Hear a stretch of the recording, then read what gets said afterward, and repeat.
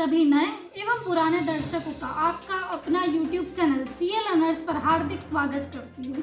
तो क्या आप एक सीए फाउंडेशन के स्टूडेंट हैं और क्या आप एक लॉ नामक सब्जेक्ट से बहुत ज़्यादा डरे हुए हैं? तो आप बिल्कुल सही जगह पर आ गए हैं। आज की इस वीडियो को देखने के बाद आपकी जितनी भी डर है आपके मन का, जितने भी आपके मन का कंफ्यूजन है, क्वेरी है, वो सारी इस वीडियो के एंड तक इस रिपोर्टर परिधि के द्वारा सॉल्व करने की गारंटी दी जाती है। तो क्या आप इस वीडियो को एंड तक देखने के बाद इस चैनल को सब्सक्राइब करने के लिए और वीडियो को लाइक करने के लिए बिल्कुल पूरी तरह से तैयार है? तो देर किस बात की है, सबसे पहले इस चैनल को सब्सक्राइब कीजिए और वीडियो को लाइक कीजिए, फिर आगे वीडियो में हम आगे बढ़ते हैं।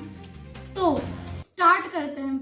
बंद करती हूँ अपनी नौटंकी। सबसे पहले माइक साइड में रख के अब मेन टॉपिक पर अपने आ जाते हैं।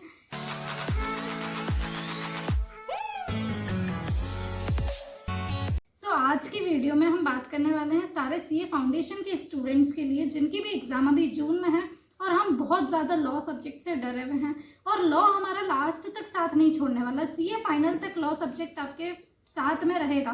तो अनफॉर्चुनेटली या फॉर्चुनेटली कुछ भी आप समझ लो, आपको पढ़ना तो है ही सही, भले आपको पसंद हो भले आपको नहीं पसंद हो। तो हम इसको इंटरेस्टिंग वे में कैसे पढ़ें, क्योंकि ये फैक्ट है कि ये सब्जेक्ट टफ है। यहाँ पर मैक्सिमम बच्चे अपने ज़्यादा मार्क्स लूज करते हैं और इस सब्जेक्ट की वजह से हमारा फाउंडेशन क्लियर नहीं हो पाता। हम अकाउंट्स पढ़ लेंगे, हम इको पढ़ लेंगे, हम झक मार के मैथ्स भी पढ़ लेंगे, लेकिन लॉ हमको समझ ही नहीं आ रहा पढ़ना कैसे है। तो क्या आप तैयार है इस वीडियो में स्ट्रेटेजी जानने के लिए और उसको फॉलो करने के लिए? तो सबसे सिंपल स्ट्रेटेजी जो है मैं आपको आज बता दूंगी कि कैसे आपको क्लियर करना है। बहुत आसान तरीका है, लेकिन सही तरीका हमको मालूम नहीं होता, उस वजह से हम इस सब्जेक्ट से डरते हैं और इस सब्जेक्ट को क्लियर नहीं कर पाते हैं। तो इस सब्जेक्ट का जो स्ट्रॉन्ग चीज़ है ना, वो है आपके साथ में यहाँ पर इंग्लिश है। तो अगर इंग्लिश में 40 नंबर में से 30 या 35 स्कोर करना कोई बड़ी बात नहीं, कंपैरेटिवली वो 60 नंबर स्कोर करना लॉ में। आप कंपैरेटिवली अगर इसमें 5 दिन दे रहे हैं लॉ में, तो इसके बदले में अगर आप एक दिन लॉ को दे रहे हो ना, तो 30 या 35 नंबर तो आपके वहाँ पर ही स्कोर हो जाएंगे। और आपको पास करने के लिए पता है कितने नंबर चाहिए? सिर्फ 5 से 10 नंबर, जो कि हम आसानी से उधर से स्कोर कर सकते हैं। लॉ में पता है गलती क्या हो जाती है सबसे बड़ी, कि हम पूरा पढ़ लेते हैं लेकिन हम क्वेश्चंस देखते ही नहीं कि क्वेश्चंस किस पैटर्न में आने वाले हैं। यहाँ पर कोई डायरेक्ट क्वेश्चंस तो आपको देखने को मिलेंगे कि नहीं, कि व्हाट इज या डिफरेंस बता दो। ऐसे क्वेश्चंस बेसिकली 1 या 2 देखने को मिलते हैं आपको, लेकिन यहाँ पर maximum question case study based रहेंगे और वो आपके लिए थोड़े से नए रहेंगे, क्योंकि अभी तक आपने 11th में 12th में बिजनेस के क्वेश्चन सॉल्व करे होंगे। तो वैसे ही उसी टाइप के क्वेश्चंस आपको लॉ में भी मिल जाएंगे देखने को, लेकिन यहाँ पर राइटिंग पैटर्न बहुत डिफरेंट होता है। और यहाँ पे ऐसा होता है कि अगर आपने वो राइटिंग पैटर्न फॉलो नहीं करा ना, तो आपका मार्क्स स्कोर करना ऑलमोस्ट नेक्स्ट टू इम्पॉसिबल हो जाएगा। तो मेरी स्ट्रेटेजी हमेशा क्या रहती है, अगर मैं ओवरऑल स्ट्रेटेजी बताऊँ कि मैं 100% कोर्स कवर करने से बेटर क्या फॉलो करती हूँ कि मैं 70 या 80% कोर्स कवर करूँ, लेकिन मैं उस पर इतनी अच्छे से कमांड बना लूँ कि उस 80% पोर्शन में से मेरे 60% तक नंबर आराम से मैं स्कोर कर सकूँ। और मैंने यही करा था। मैंने अपना जब सीए फाउंडेशन का पेपर दिया था, तब मेरे पास उतना टाइम नहीं था कि मैं 100% पोर्शन अटेम्प्ट कर सकूँ। तो मैंने क्या रिस्क पे रखा था, आपको पता है कि मैंने इंडियन कॉन्ट्रैक्ट एक्ट नहीं करा था। तो पर इससे मैं आपको ये बिल्कुल भी सजेस्ट नहीं कर रही हूँ या ये करने के लिए मोटिवेट नहीं कर रही हूँ कि आप भी इंडियन कॉन्ट्रैक्ट एक्ट मत कीजिए। लेकिन अगर आपका कोई 1 या 2 एक्ट्स छूट रहे हैं जो कि आप नहीं कर पा रहे, 1 या 2 टॉपिक्स आपके रह रहे हैं, तो उसको लेकर डीमोटिवेट होने से अच्छा है कि जो हमने करा है ना, उसी पर हम अपना कॉन्फिडेंस रखें, उसी को अपना स्ट्रॉन्ग पॉइंट बनाएं और उसमें से आप 60 to 70% मार्क्स लाने का ट्राई करो और आराम से आपके स्कोर हो जाएंगे, रादर देन उस 100% को ऐसे करने से कि हमारे 40 नंबर भी स्कोर नहीं हो पा रहे हैं। उससे बेटर स्ट्रेटेजी ये रहती है। अब कुछ गलतियां जो कि मैंने एग्जाम में लॉ के पेपर में फॉलो करी थी, वो ये थी कि मैंने ना पेपर की राइटिंग प्रैक्टिस ही नहीं करी थी। मैं बस ओरली पढ़कर चली गई थी और मैंने सोचा था कि यार एमटीपी देने का मेरे पास टाइम नहीं है, एक भी पेपर क्वेश्चन करने का मेरे पास टाइम नहीं है। लेकिन ये मेरी गलती भी थी। ये गलती क्यों थी? मैंने तो अपना क्लियर कर लिया, लेकिन मुझे लगा कि अगर मैंने पेपर सॉल्व किया होता तो शायद मैं एक बेटर तरीके से अपने पेपर को प्रेजेंट कर पाती, एक अप्रोच मेरी अलग होती पेपर को सॉल्व करने की, मैं ज़्यादा अच्छा स्कोर कर सकती थी। लेकिन अभी क्या होता है कि हम है ना, बहुत सारे बच्चे यही गलती करते हैं। हमारे पास 2 ऑप्शंस रहते हैं कि या तो हम पूरा सिलेबस कवर कर लें या फिर हम एमटीपीज दे दें या फिर क्वेश्चन पेपर सॉल्व कर लें।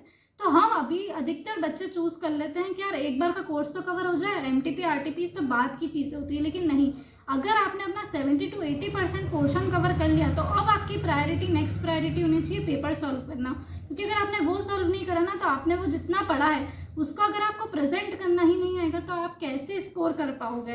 तो वो आपको बिल्कुल भी लेफ्ट आउट नहीं रखना है। सबसे पहले 1 या 2 पेपर तो एटलीस्ट आपको सॉल्व करने चाहिए और अपना अटेम्प्ट की RTP के क्वेश्चंस आपको ज़रूर देख के दे जाना चाहिए।